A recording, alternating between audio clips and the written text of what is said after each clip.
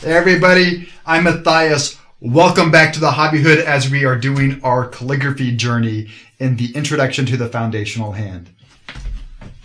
Up on the board today, I have some of the examples of writing that I have done as practice pieces. Everything up here except for these were drafts to figure out my layout and just practice before I did a final piece.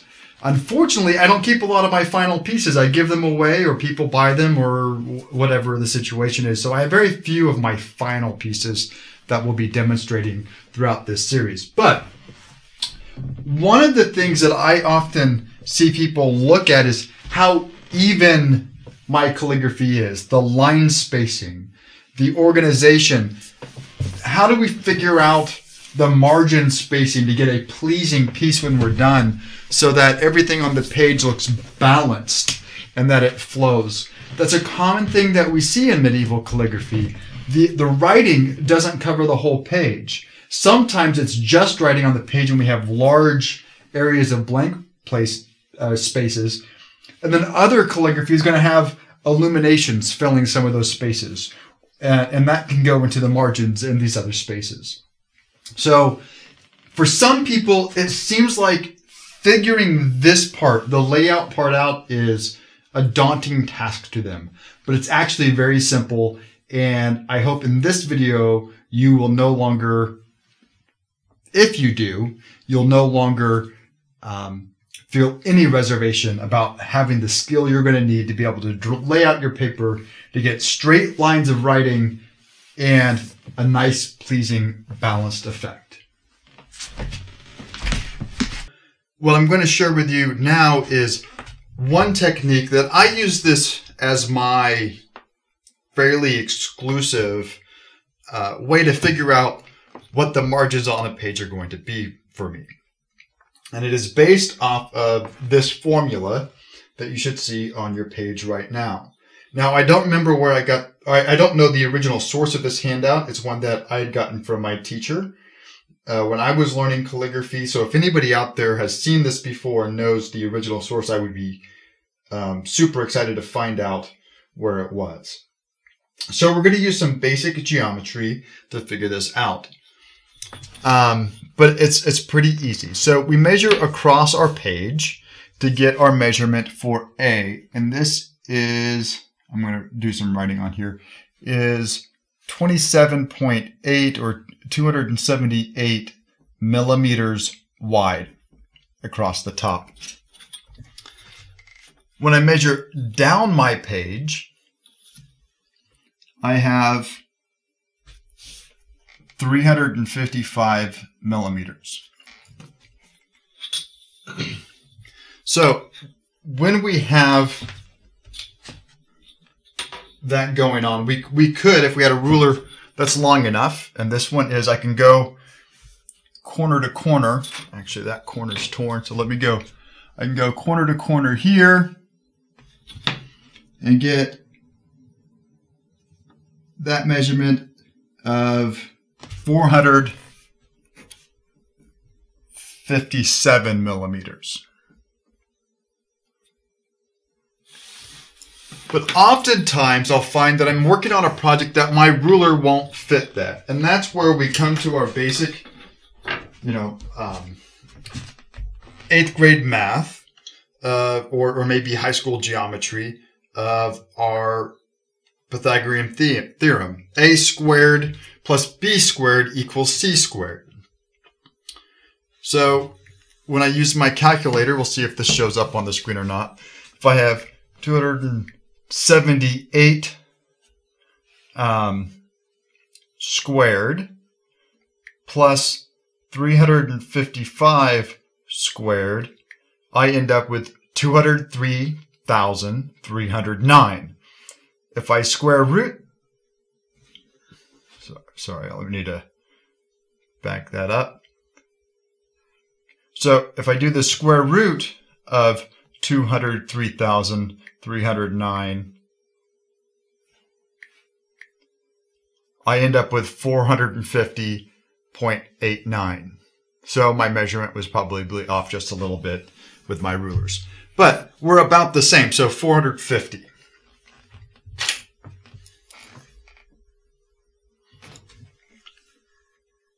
All right. So now we have those numbers.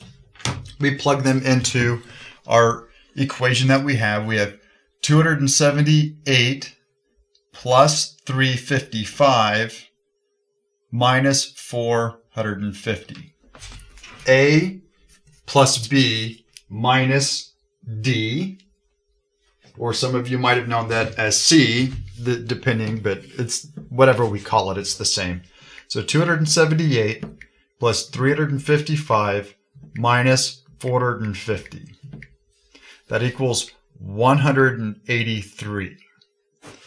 Now we divide that number by 6.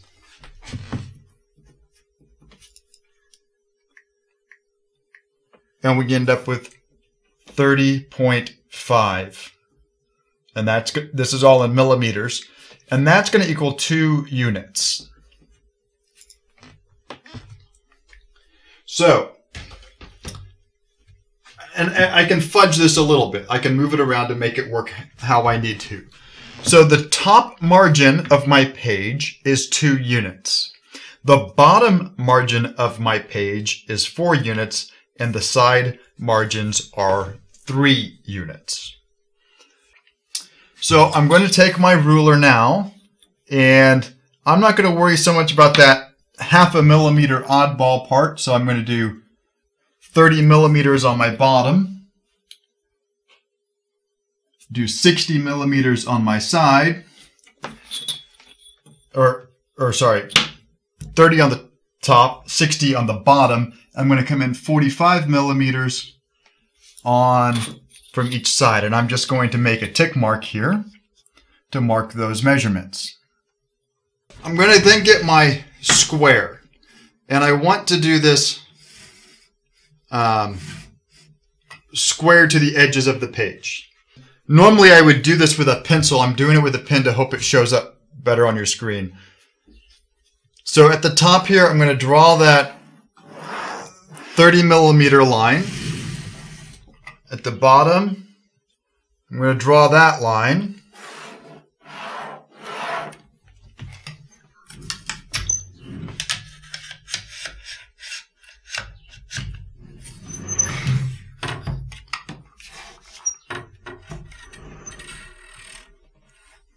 And then at my 45 millimeter spot, I'm going to draw those lines.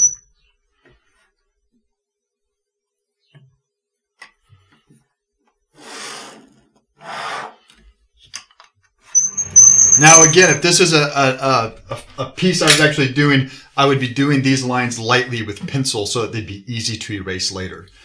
But this box now inside here is my text block. I could adjust this if I need to. Let's say I was going to make writing 2 columns. I might steal a little bit of the side boundaries and add a break in the middle so that I could have my column spacing. Or, depending on my text, I might just add that spacing in the middle and not adjust the side margins. So there's a lot of variance in margins, but this is one method that I find to be extremely useful in laying out my paper so that the end result is something that is pleasing and somewhat faithful to the medieval concept of that blank space being on the page. We want to make guidelines across our page so that we can write evenly across the page. There's a number of different ways this can be done. In medieval practice, we have extant examples where we can see lines on the page. They would use a piece of lead and they would rule. We can also find examples where along the sides we'll see little pinpricks where these spaces are matched out, where we could use our dividers and measure our spaces down the side of our page and make our ruling guidelines from there. as we move forward, I'll actually print out on my printer lines that are already done, and my practice paper is thin enough that I can see those ruling guidelines beneath my page, so I don't rule on my page at all. That generally will also work if I'm working with a material like pergaminata or vellum or parchment or a thinner, more translucent paper. But we need to get these measurements. For the foundational hand, if you remember, our X height is a height of 4 pin widths, our ascenders are 3, and our descenders are 3. So I'm just going to I use my millimeter side so I can get more accurate measurements, and I'm going to measure. So my X height here is 18 millimeters, and I'm just writing that down for myself. My ascenders are 12. And because my descenders are the same, I also know that they're 12 millimeters. When we look at the example of writing from Sheila Waters, here's the picture so you can see it again. You can see that in between each space of line, the ascenders from one line don't touch or come to the same line as the descenders of the other line. There's a gap in between them. There's a couple of ways we can work with that. One is to measure that out. I know that it is a 2 pin width spacing. So if I was to draw it out here. So when we go to rule our lines, what I can do is I can just rule all my lines straight across the page at 18 millimeters. And I know that my ascenders and descenders are going to stop 1 pin width from the line above and below it. Or I can rule it with a 12 millimeter line, an 18 millimeter gap, a 12 millimeter gap. 2 pin widths for this I know is 8 millimeters. And then I could go back to a 12 millimeter, 8 millimeter, or 18 millimeters, and I can rule every line on my page. Different calligraphers are going to define the style that works for you. So I'll demonstrate both of those methods with the ruling, but both of them will work for the foundational hand. Okay, we're back to our page that we ruled out our text block earlier, and we've just gotten our measurements for our line spacing. So again, I'm still working in pen so that hopefully it shows up well on your screen. What I'm going to do for my first method is our X height. Well, we're going to do the exact measurements first. The exact measurements we took. So our ascender height we had at 12 millimeters. Then we had an 18 millimeter X height. Then we had a 12 millimeter descender height.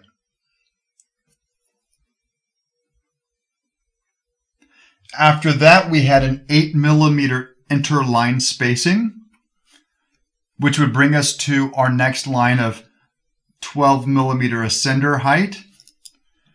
We would have an 18 millimeter X height.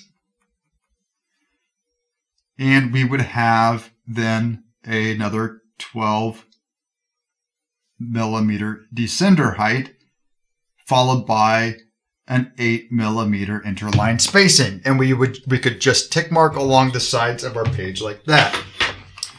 With those tick marks, I'm going to get my square back. And I'm going to rule that spot across my page.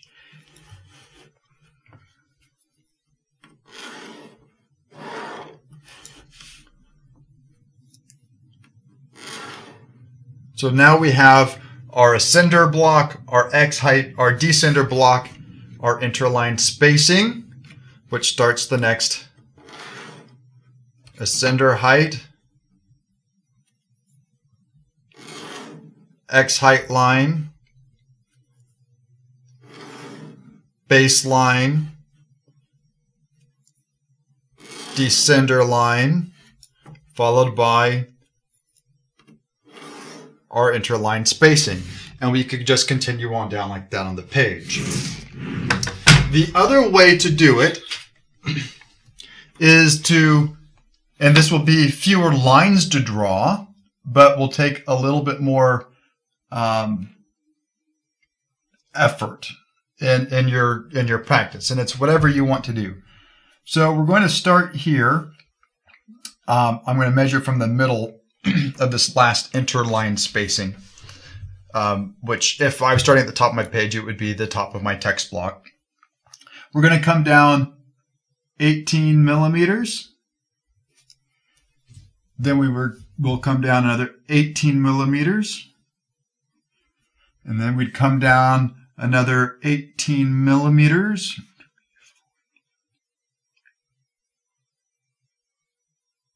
Did I measure that right?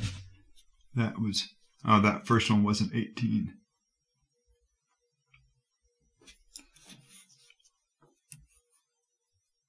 This takes some time, but it is good to really get into the practice of paying close attention to your measurements.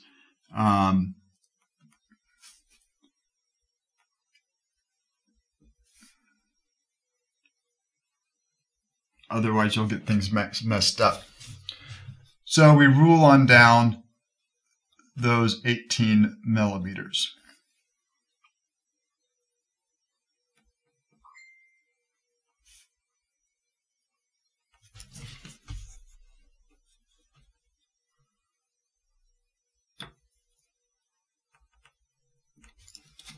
That's also why doing this with pencil will help. So I'm going to dot this line, which you can see is the center of that interline spacing, but if I was doing the whole page, it's that top line. And I come down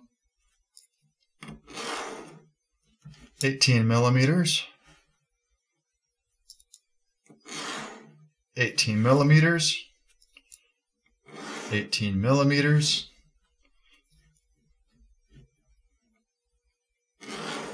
18 millimeters, 18 millimeters. So I end up with fewer overall lines. What I've done though is I've incorporated this interline spacing into this format.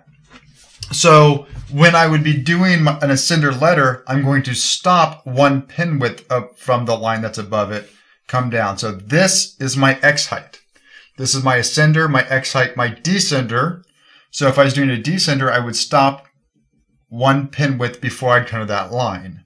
Then I'd have an ascender line that would stop one before there, and then this would be my next X height. This is fewer lines on the page, less that you have to erase, but you have to pay closer attention to not going all the way to your line that's marking the center of your interline spacing. So you can do whichever method works best for you. The other thing that we can pay attention to, if you get your protractor for the foundational hand, and I'll do this on a lot of practice sheets, the foundational hand is written as a pin angle of 30 degrees. So on a practice sheet, I might put a 30-degree angle on there. On one of my other work surfaces, I actually have a paper that I have taped up to the corner of my workstation that has my common angles on it. So that's a quick reference guide. What I do with that, I'll pull this out, is when I'm writing, I have that line there that I can check my pin nib, my tip, to see that I can check that pin angle frequently, and it helps me stay on track.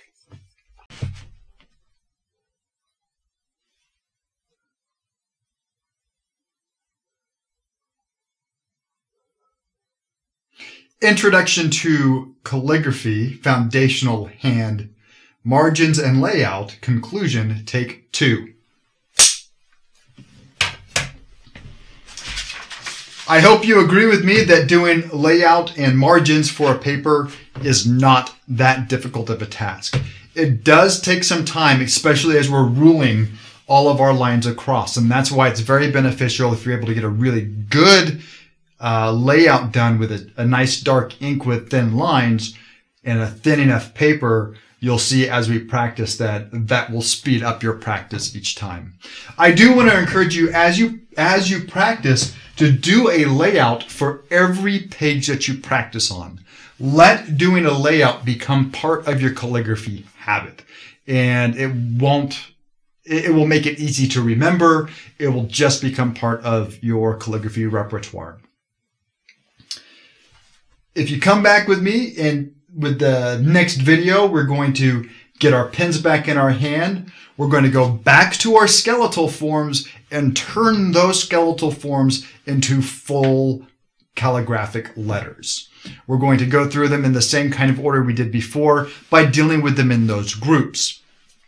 I imagine that series might, or that part of it going through the letters might be a video or two. We'll have to see how long it takes on the recording of those to make sure that you get good examples of them. Before I record it, if you're able to watch this, please leave me a comment of whether you're liking the angles and you're able to see what I was doing with the pen for the last video, or whether you want me to go back up to the upright board with those really big letters like we used for the skeletal forms. I'm bouncing between them a little bit. So your comments are going to help me decide which way to go. But leave them quickly, because in the next couple of days I'm going to get started filming that. That's this video.